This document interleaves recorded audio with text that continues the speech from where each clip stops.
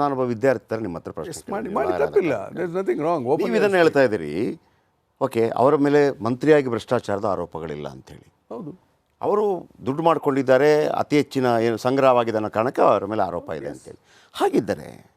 ಹಾಗಿದ್ದರೆ ಇದೇ ಕೆಲವು ಸಚಿವರುಗಳು ನೀಲಿ ಚಲನಚಿತ್ರವನ್ನು ನೋಡಿದ್ರು ಅನ್ನೋ ಕಾರಣಕ್ಕಾಗಿ ನಾನು ಹೇಳ್ತೀನಿ ಅದು ಅವರು ವೈಯಕ್ತಿಕ, ಅಲ್ಲಿ ನೋಡಿದರು, ಅದಕ್ಕೂ ಅವರು ಸಚಿವ ಸಂಪುಟದಲ್ಲೂ ಏನೂ ತಪ್ಪು ಮಾಡಿಲ್ಲ. ನೀವು ಅದನ್ನು ನಾನು ಆಧಾರವಾಗಿ ಇಟ್ಕೊಂಡ್ರೆ ಪ್ಲೀಸ್. Very good question. ನೀವು ಬ್ಲೂ ಫಿಲ್ಮ್ ನೋಡಿರೋದು ನಿಮ್ಮ ಬೆಡ್ರೂಮ್ನಲ್ಲಿ ನೋಡಿದರೆ, ನಿಮ್ಮ ಖಾಸಗಿ ಮನೆಯಲ್ಲಿ ನೋಡಿದರೆ ಅಪರಾಧ ಅಲ್ಲ. ನೀವು ಅಸೆಂಬ್ಲಿ ಹಾಲಲ್ಲಿ ಪಬ್ಲಿಕ್ ಇದರಲ್ಲಿ ನೋಡ್ಲಿಕ್ಕೆ ಬರೋದಿಲ್ಲ ಕಾನೂನು ಪ್ರಕಾರ. ಹೀಗಾಗಿ ಅವರು ರಾಜೀನಾಮೆ ಕೊಡ್ರಿ ಅಂತ ಕೇಳಿದ್ದು ಹಿಂದೆ ಯಾರು ಕಾಂಗ್ರೆಸ್ಸು. ಈಗ ಉದಾಹರಣೆ ಮಧು ಬಂಗಾರಪ್ಪನೇ ತಗೊಳ್ಳಿ. ಮಧು ಬಂಗಾರಪ್ಪನವ್ರ ಮೇಲೆ 6.5 ಕೋಟಿ ರೂಪಾಯಿ ಚೆಕ್ ಬೌನ್ಸ್ ಕೇಸ್ ಇದೆ.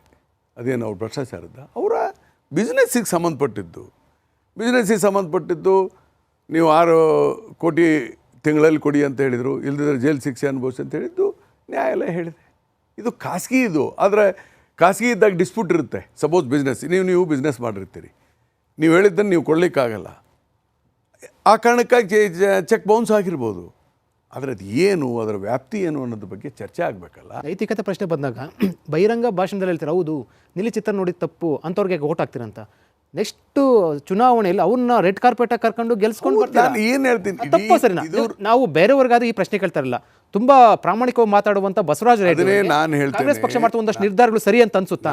ನಾನೇನು ಹೇಳ್ತೇನೆ, ಎಲ್ಲ ರಾಜಕೀಯ ಪಕ್ಷಗಳಲ್ಲಿ ಇಂಥ ತಪ್ಪುಗಳಾಗಿದ್ದಾವೆ. 100% ನಾವು ಕರೆಕ್ಟ್ ಇದ್ದೇವೆ ಅಂತ ನಾನೇನು ಹೇಳಲೇ ಇಲ್ವಲ್ಲ. ವಿದ್ಯಾವಂತರು ನಮ್ಮ ದೇಶದಲ್ಲಿ ಈಗೇನು 75% ಸಾಕ್ಷರತೆ ಪ್ರಮಾಣ ಇದೆ, ಸುಮಾರು 50% ಗ್ರ್ಯಾಜುಯೇಟ್ಸ್ ಇದ್ದಾರೆ ನಮ್ಮ ದೇಶದಲ್ಲಿ. ಅವರು ಯೋಚನೆ ಮಾಡಬೇಕು, who is good, who is bad. ಆದರೆ ಇವತ್ತು ಅದು ಆಗ್ತಾ ಇಲ್ಲ. ವಿದ್ಯಾವಂತರಲ್ಲೂ ಕೂಡ ಪ್ರಾಮಾಣಿಕತೆ ಕೊರತೆ ಇದೆ. ಯಾರಿಗೆ ಬೇಕೋ ಅವ್ರು ಓಟ್ ಹಾಕ್ತಾರೆ. ನಾನು ಮೋದಿ ಸರಿ ಇಲ್ಲ ಅಂತ ಹೇಳ್ತಾ ಇಲ್ಲ, ಮೋದಿ ಕೆಟ್ಟವನು ಅಂತ ನಾನು ಹೇಳ್ತಾ ಇಲ್ಲ.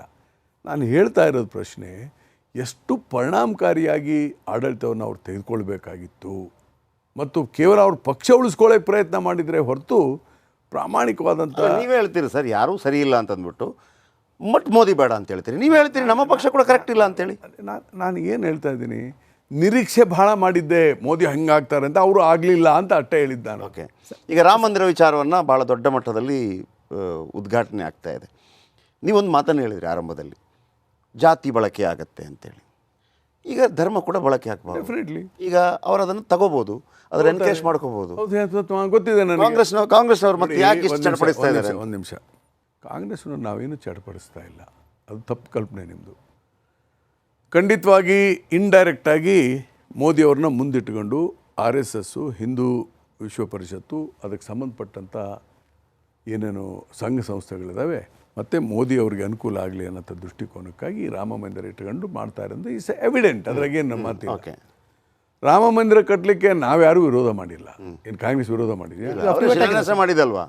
ರಾಜೀವ್ ಗಾಂಧಿ ಅದನ್ನೇ ನಾನು ಹೇಳಿದ್ದು. ರಾಜೀವ್ ಗಾಂಧಿಯವರು ಪ್ರಧಾನಮಂತ್ರಿ ಇದ್ದಾಗ ರಾಮನ ದೇವಸ್ಥಾನ ಏನಿತ್ತಲ್ಲ ಅಲ್ಲಿ, ಅದನ್ನು ಬಾಗಲ ತೆಗಿಸ್ತವ್ರೆ. ಹೌದು, ರಾಜೀವ್ ಗಾಂಧಿ. ಬಟ್ ಅದನ್ನು ನಿಮ್ಗೆ ಈಗ ಹೇಳಕ್ ಆಗ್ತಾ ಇಲ್ಲ ಅಂತ ಹೇಳಿ, ಯಾಕಂದ್ರೆ ನೆಕ್ಸ್ಟ್ ಅದನ್ನು ವಿರೋಧ ಮಾಡ್ತಾನೆ ಬಂದ್ರಿ. ಈಗ ಎರಡು ಪಾಯಿಂಟ್ ಸರ್. ನಾವು ಕಾಂಗ್ರೆಸ್ಗೆ ಇದ್ದಂಥ ಒಂದು ಅವಕಾಶ ನೋಡಿ, ನಾವೇ ರಾಮನ ಬಾಗಿಲು ತೆಗೆದಿದ್ದು ಒಂದು ಹೇಳ್ಬೋದು. 89 ನಂಬರ್ 1. ನಂಬರ್ 2, 370 ಆರ್ಟಿಕಲ್ಲು ತಾತ್ಕಾಲಿಕ ಅಂತ ಹಾಕಿಸಿದ್ಯಾರು? ಅದೇ ನೆಹರು ಕಾಲದಲ್ಲಿ ಹಾಕಿಸಿದಂಥದ್ದು. ಅದನ್ನು ಮಾತ್ರ ಅದನ್ನು ಎನ್ಕೇಶ್ ಮಾಡೋಕ್ಕಾಗಿಲ್ಲ ಅಂದರೆ ನಾವು ಸ್ಪಷ್ಟತೆ ಇಲ್ಲದೆ ಕೊರತೆಯಿಂದ ಈ ಎಲ್ಲ ಸಮಸ್ಯೆಗಳಾಗ್ತಾ ಇದೆ. ಇದು ಸ್ಪಷ್ಟತೆ ಬರಬೇಕು ನಮ್ಮ ಪಕ್ಷದಲ್ಲಿ ಅಂತ ಅದಕ್ಕೆ ನಾನು ಹೇಳಿದ್ದು. ಸ್ಪಷ್ಟತೆ ಬಂದಷ್ಟು ಭಾಳ ಒಳ್ಳೆಯದು. Thank you. ಇಷ್ಟು ಹೊತ್ತು ಬಸವರಾಜ ರಾಯರೆಡ್ಡಿ ಅವರ ಬಳಿ ಅನೇಕ ವಿಚಾರಗಳನ್ನು ಮಾತಾಡಿದ್ವಿ. ಬಸವರಾಜ ರಾಯರೆಡ್ಡಿ ಅವರು ಹೆಂಗೆ ಅಂತಂದರೆ ಅರ್ಧ ಗಂಟೆಗೆಲ್ಲ ನಿಲ್ಕೋ ವ್ಯಕ್ತಿತ್ವ ಅಲ್ಲ, ಅದು ನಿರಂತರವಾಗಿ ಮಾತಾಡಬೇಕಾಗುತ್ತೆ. ಬಟ್ ನಮಗೆ ಸಮಯದ ಅಭಾವ ಇದೆ. ಆದರೆ ಇನ್ನೊಂದು ಸಲ ಖಂಡಿತವಾಗಲೂ ಕರೆಸ್ತೀವಿ ಬಸವರಾಜ ರಾಯರೆಡ್ಡಿ ಅವರನ್ನು, ಯಾಕಂದರೆ ಚರ್ಚೆಗೆ ಒಂದು ಅರ್ಥ ಇರುತ್ತೆ. ಸೊ ಹಾಗಾಗಿ ಬಸವರಾಜ ರಾಯರೆಡ್ಡಿ ಅವರಿಗೆ ಮತ್ತೊಮ್ಮೆ ನಮಸ್ಕಾರ. ಕಾರ್ಯಕ್ರಮಕ್ಕೆ ಆಗಮಿಸಿದ್ದಕ್ಕಾಗಿ. ರಿಪಬ್ಲಿಕ್ ಕನ್ನಡ, ಇದು ನಿಮ್ಮ ಧ್ವನಿ. ನಮಸ್ಕಾರ.